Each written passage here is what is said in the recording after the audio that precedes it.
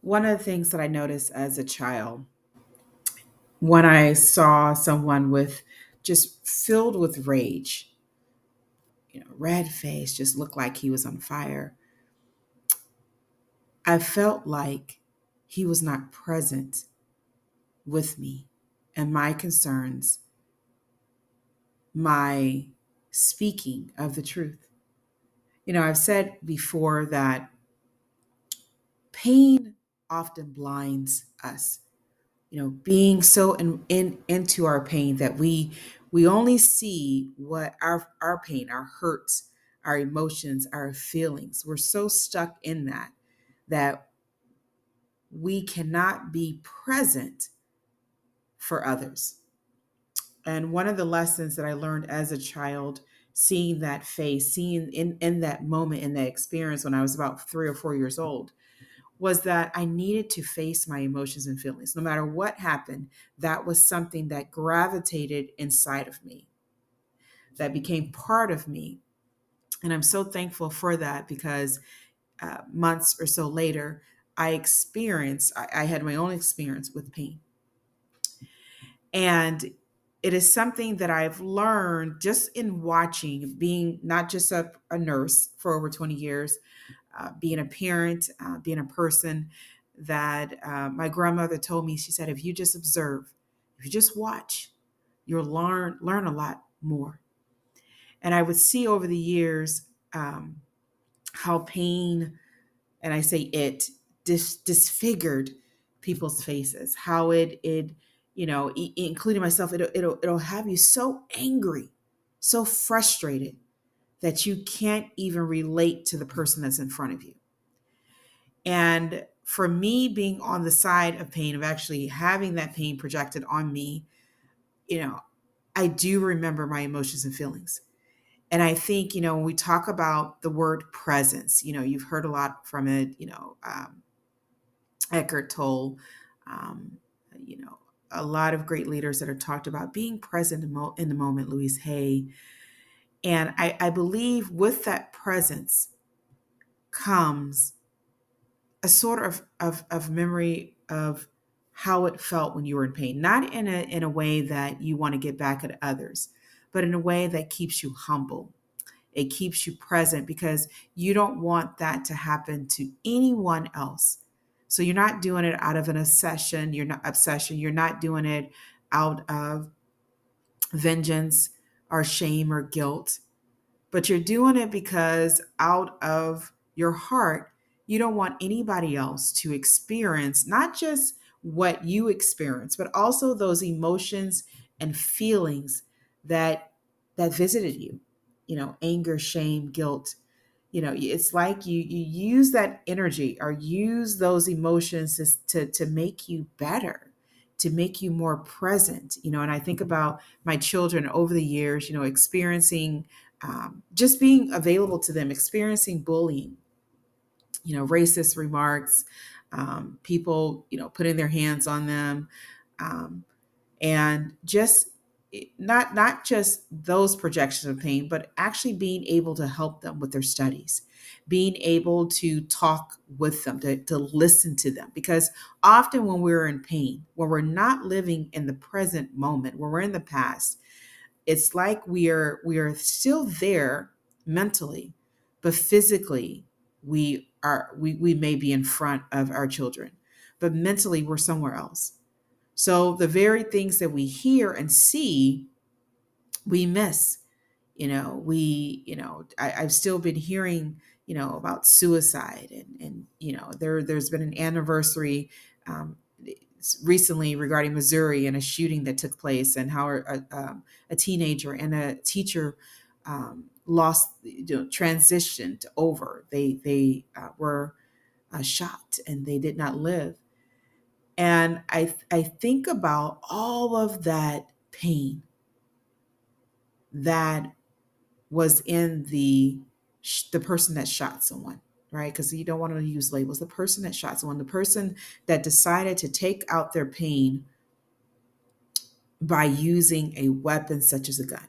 I mean, there are many weapons. We've seen where we use our body, we use our hands, and really hitting someone, kicking someone. We use our mouths and, spreading the venom of our pain, making people aware that I am hurting.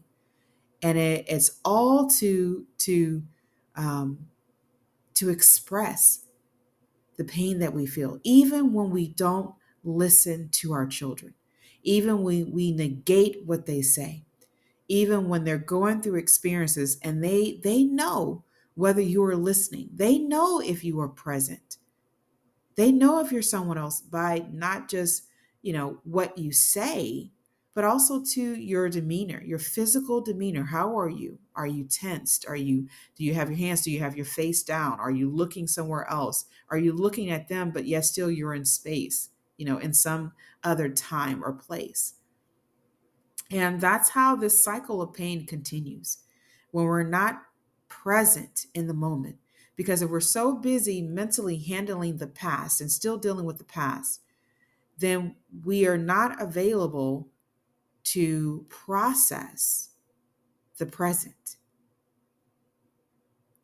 We're not able to hear the child that is experiencing bullying on social media. There was on the news when I was over my mother's house a couple of weeks ago, how a straight A student, in clubs and end up taking his life, and there were some social media places that were involved, you know, reported to be involved in that.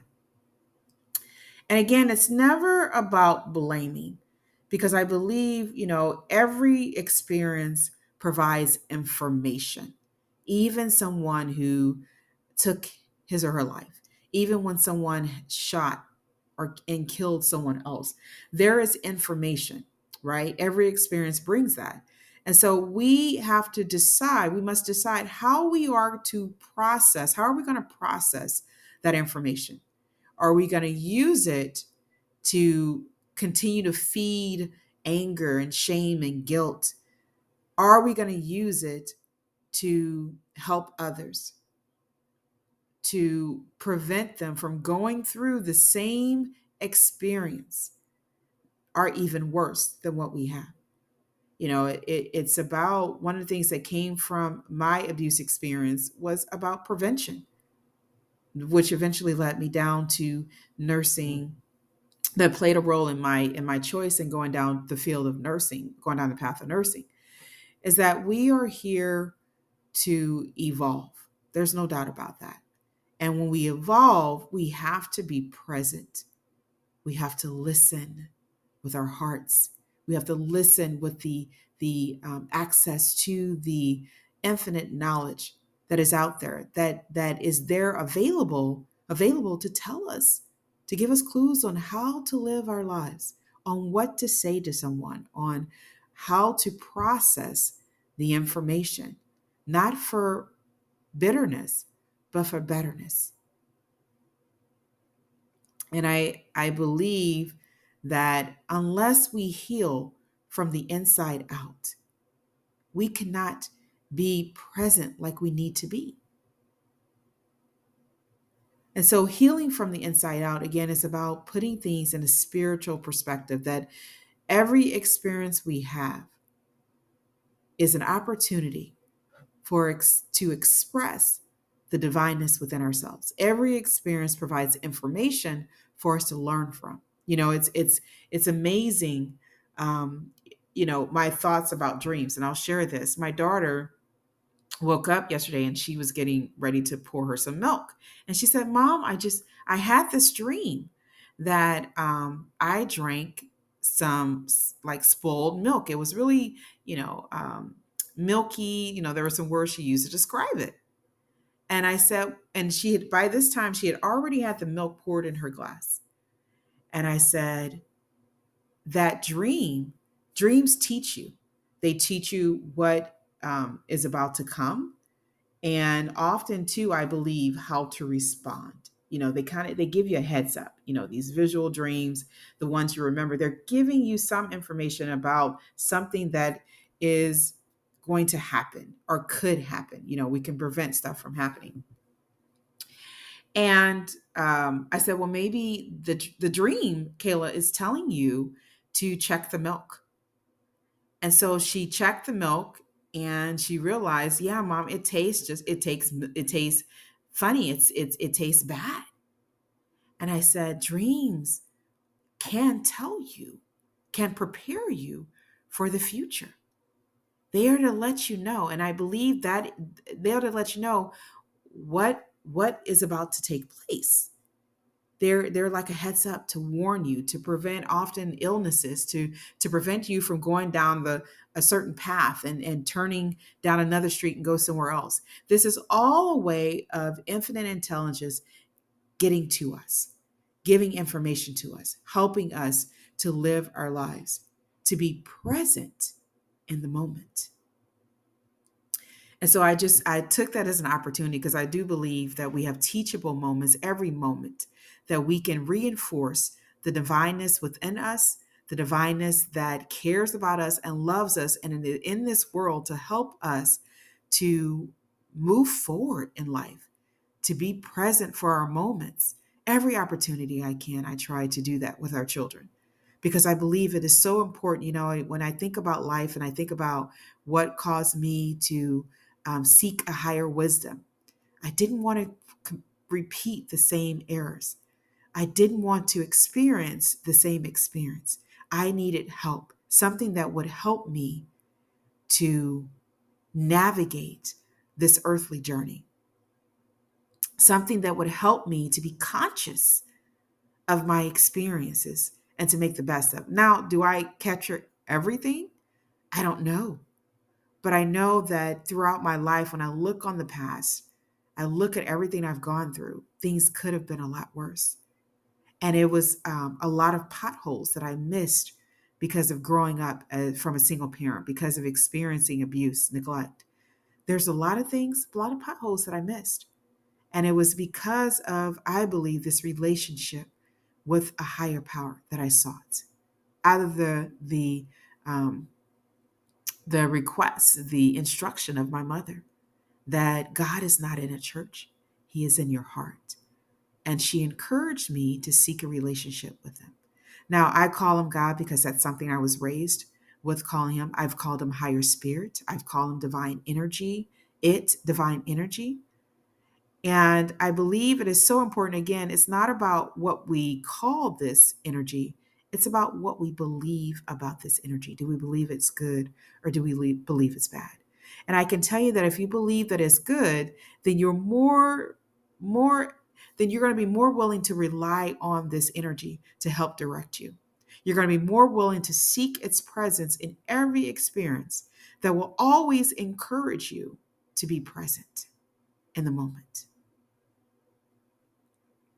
Creating a generational love cycle is about being present in the moment. It's about healing from the inside out.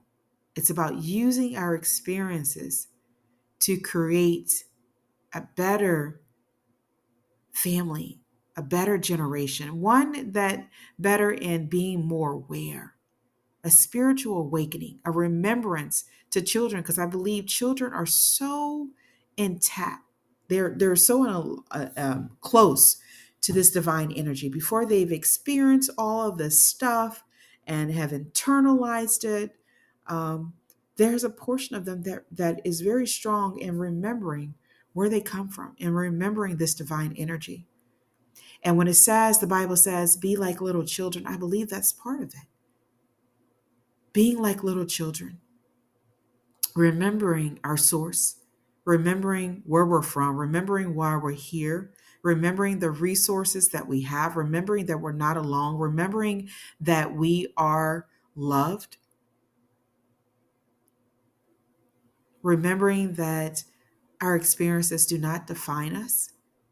And I think that's part of the cycle of pain, is that we're allowing these experiences to define us instead of giving us the information, instead of taking in the information and allowing ourselves to heal by sharing this information, by becoming our true selves, by remembering that, again, nothing defines us and that we have everything we need to navigate this earthly journey. There are things that we are here to learn. And when we have that spiritual perspective, we can stand grounded in our truth and know that we are beyond all of this earthly, worldly events. We are beyond that. And we are reflections of the truth. And we really can't see that if we're not present, if we're not in the moment of where we are, because so many things can happen. One little, one little ignoring of a child's words can have devastating consequences, as you see. And so I'm always I don't just want you to heal because of your child. I want you to heal because of yourself, because of the child within you that deserves to be free, that deserves to be present, that then deserves to enjoy life, that we're here to have it and to have it abundantly. So creating a generational love cycle is finding a way to be present with our lives, to have a perspective that is more life giving, a spiritual perspective, than it is life draining. It is taking moments to listen to the divine energy, spirit within us, that is always available to guide us to our truths, always available to help us to remember who we are. And there's no particular stance, I believe. There, as long as you're comfortable, I believe our source looks at our heart and looks at our mind. And when you can become present and quiet with yourself, I think that opens the door to this divine spirit. It's not how you sit, it's not how you stand,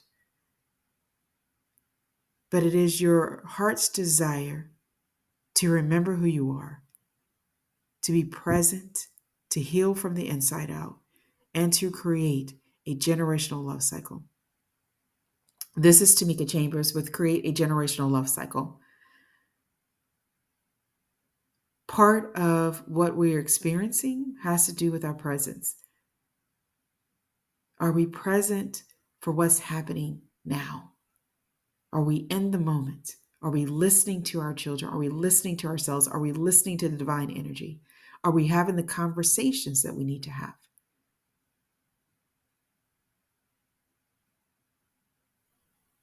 So, as always, make this lifetime great because you are alive and you still can.